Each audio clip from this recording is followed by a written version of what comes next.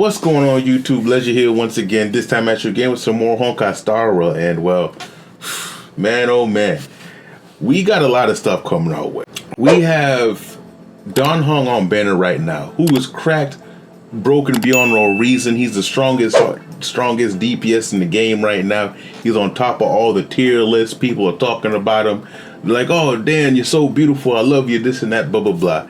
But then we have more things coming. We have Xuan coming next. We have TOPAZ and Jingliu and all kinds of stuff. People are sitting here wondering, well, what do I do? You know, they're trying to think, well, is Jingliu going to be stronger, or should I get Dan now because he's so strong? Or what about TOPAZ? And we're probably going to get, you know, the drip marketing in a couple weeks, you know, for the next character coming out or whatever, like in a week or two or so for the next patch. And people are scrambling. People are gonna, once they see that, people are gonna lose their mind. They're gonna be like, oh no, what do I do?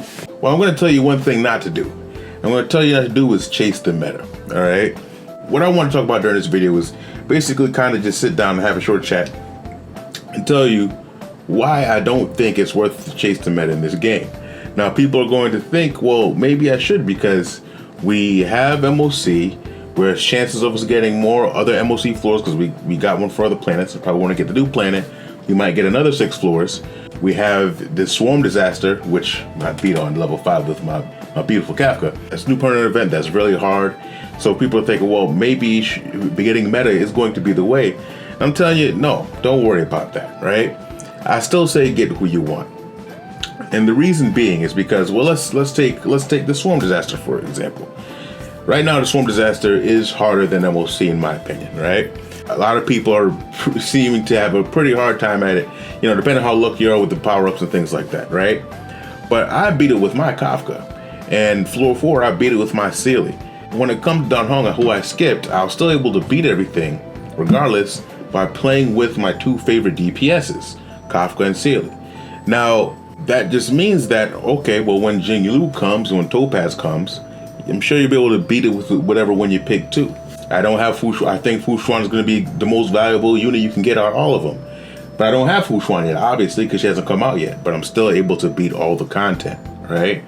I mean, yeah, because I have Luocha. But the characters I beat this Swarm Disaster with is I had my Kafka. I had Sampo, a 4-star unit that's really easy to get.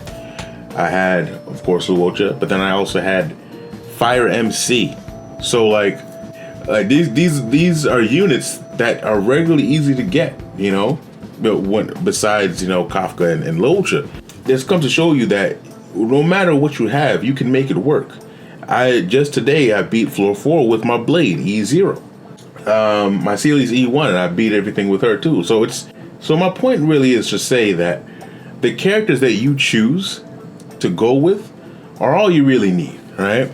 Because I'm telling you right now, if you like Jingliu more than Dan Heng and you're trying to figure out which one to go for in between the two, I'm telling you right now, Jingliu, you don't have to worry about her stacking up to Dan Heng in strength.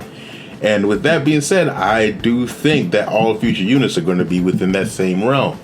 You don't have to worry if the future units are going to be strong enough or anything like that. It's really just a sense of favor. So that's why I'm just trying to implore to everybody to not be boggled down and stressed out trying to chase this meta. That shouldn't matter too much at the end of the day, you know?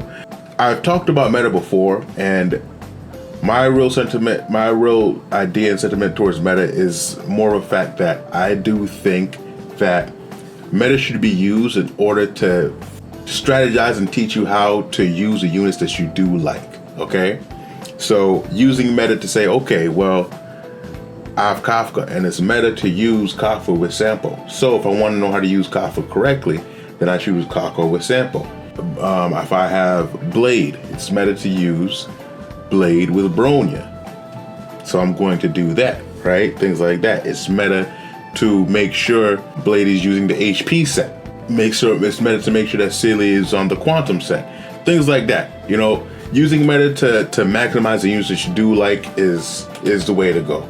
Using meta to try and restrict you and try and tell you what characters to summon, I don't agree with that too much. And I'll do it too. I will be one of the people that tells you should pull for this character because they're great, so on and so forth. I'm going to do that because if I'm looking at things solely at a meta perspective, you should do these things. You should pull for Fu Xuan as a sustained unit because that is a smart thing to do, right?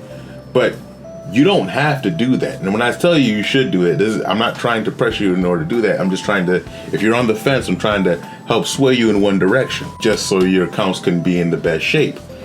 If you're looking for advice in that sense. But when it comes to this here, I'm just trying to tell you guys just to calm down a little bit, chill out, relax, enjoy the game, have fun the way you want to play it. And as long as you are building the characters the way they're meant to be built, putting them on the correct teams, then eventually you're going to steamroll the content. All right. But that's just the thoughts I wanted to get out. Kind of a short video, but I just wanted to get the thoughts out to you guys, and because I know things are going to start getting overwhelming, especially with some of the things that I heard about Jingliu. Whew, I tell you right now, I'm not a channel to talk about leaks too much, but I've seen a couple of things, and I'm just letting you know, guys. In terms of DPSs, you can pick whoever you want. All right, I'm just letting you know. All right, but that's all I wanted to get out with you guys. Let me know what your thoughts are down below. Who are you guys thinking of pulling in the near future? Are you saving? Are you pulling for did you already pull for Don Hong? Pulling for Jingliu? You're excited for Topaz? You're excited for Fu Xuan? So on and so forth. Let me know what's going on with you guys. But with that, I'll end it there. Legend out.